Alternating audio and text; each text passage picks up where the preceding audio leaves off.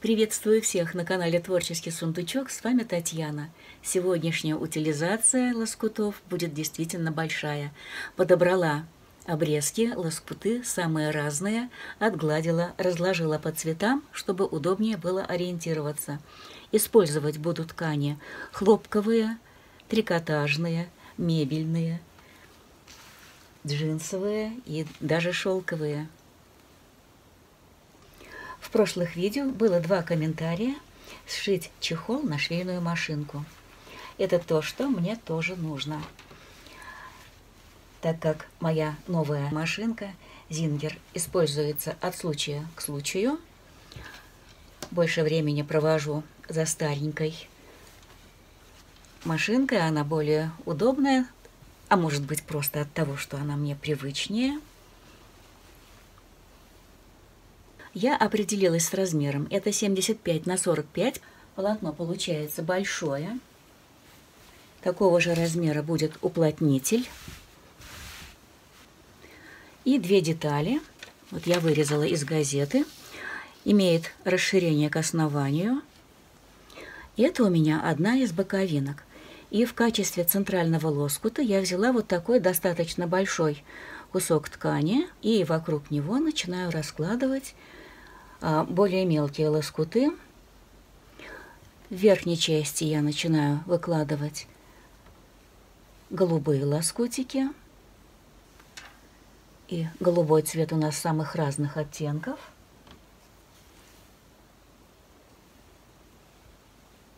И так постепенно мы закрываем всю основу в таком порядке. Сюда я решила разместить рябиновую веточку. В нижней части я размещу самые темные лоскуты. Это в основном полоски. Вот в таком порядке. Здесь еще полотно будет закрыто отдельной деталью.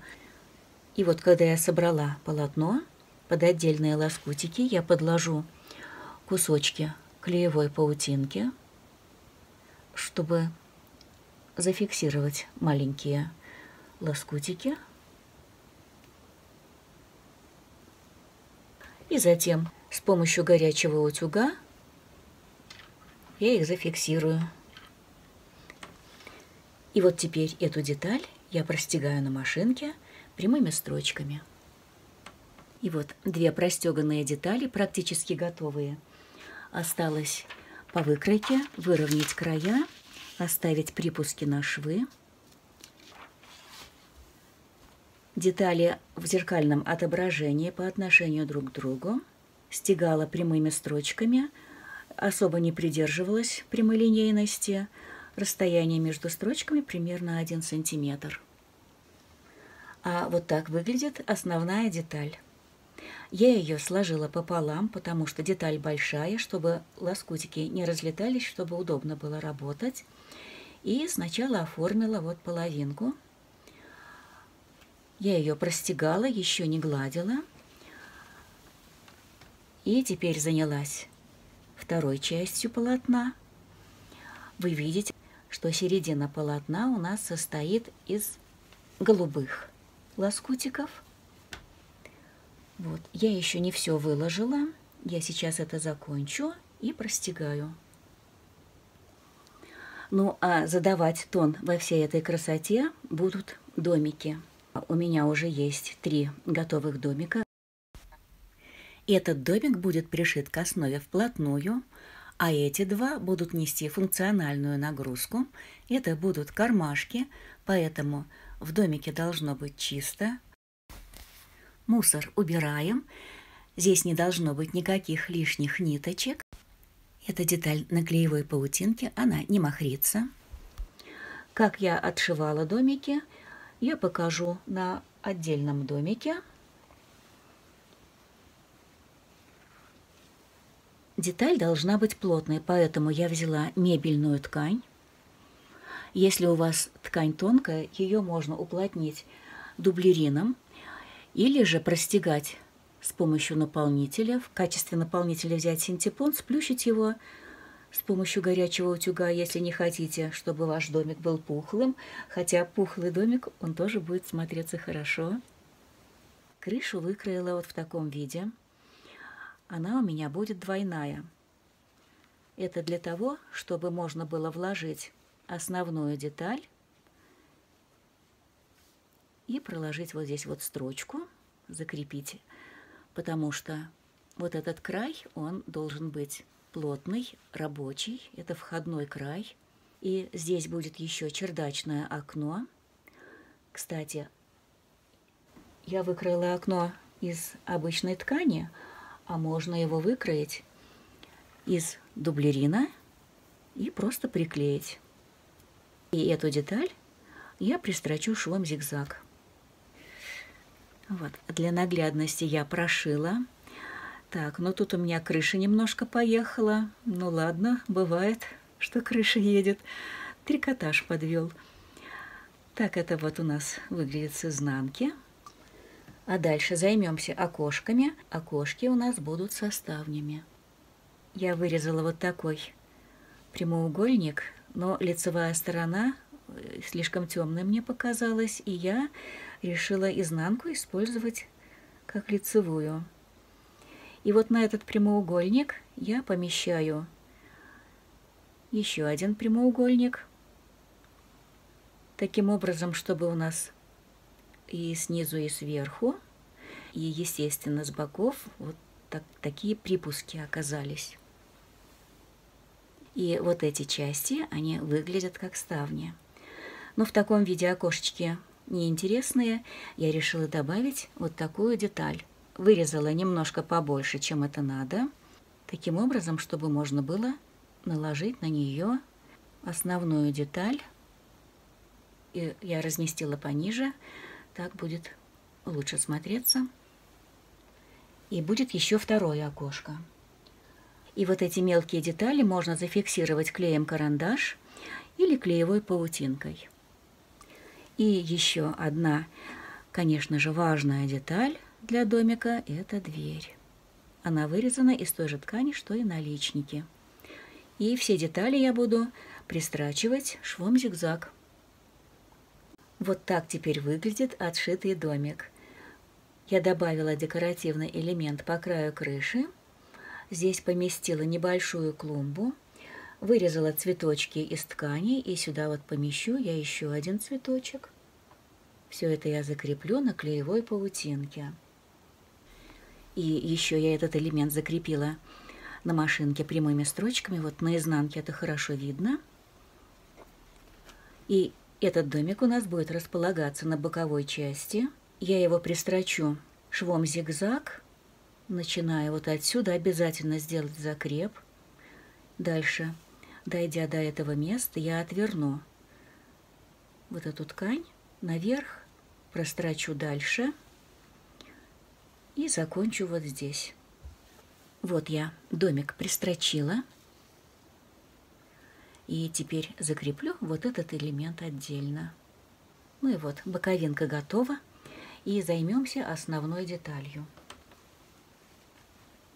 Для того, чтобы лучше ориентироваться, я опять же это полотно сложила вдвое. Как я уже говорила, этот домик у нас нефункциональный, он будет пришит полностью со всех сторон, и он как бы у нас на заднем плане. Я решила добавить деревце, вырезала из ткани крону и стволики с сучьями.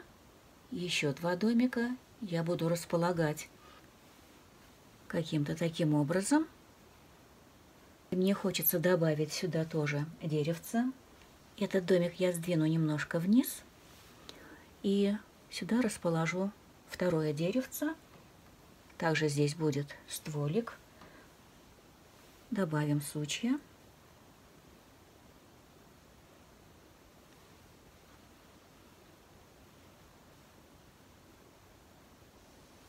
Это, конечно, не окончательный вариант. Хочу сделать вам один полезный совет.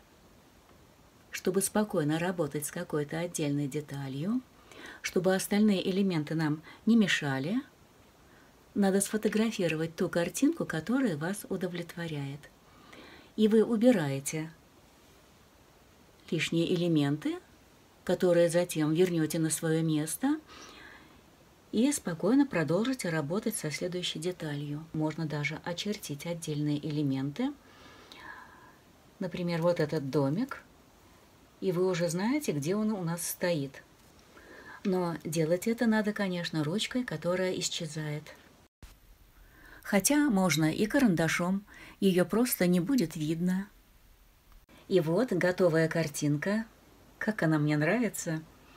К домикам я добавила цветов, и сейчас я осноровлю эту деталь и буду соединять с боковинами. Деталь я осноровила, и сейчас накладываю деталь боковинки лицом к лицу с основной деталью и соединяю по срезам. Вот я соединила детали, и мне этот срез надо обработать бейкой.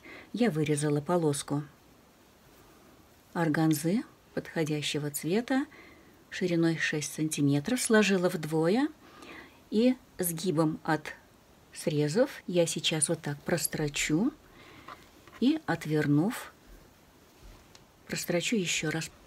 Ну вот, я обработала внутренние швы, и нижний срез я буду обрабатывать косой бейкой. Но здесь можно и долевой бейкой, и ширина бейки 4 сантиметра. И вот, готовая одежка для швейной машинки. Мне очень жаль, что я не запомнила имена девочек, которые просили сшить чехол для швейной машинки. Я надеюсь, они посмотрят этот ролик и отзовутся. Тем более, что один комментарий был с просьбой сшить чехол с домиками. Домики получились замечательные. Вот этот такой большой, вместительный.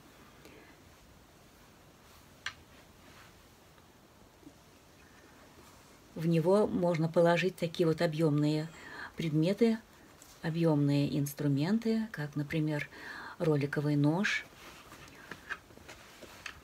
И эти кармашки получились очень крепкие и достаточно глубокие. Здесь отлично будут себя чувствовать ножницы, ручки, карандаши, маленькие ножнички. И в этих кармашках можно хранить не только швейные инструменты, а и какие-нибудь секретики.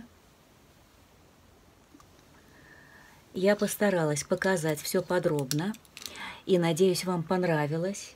Если это так, поделитесь с друзьями в соцсетях, поставьте лайки, подписывайтесь на канал, если вы не подписаны, а также жмите на колокольчик, чтобы получать уведомления. И я на этом с вами прощаюсь. До скорой встречи. А это моя машинка, и я сейчас ее одену.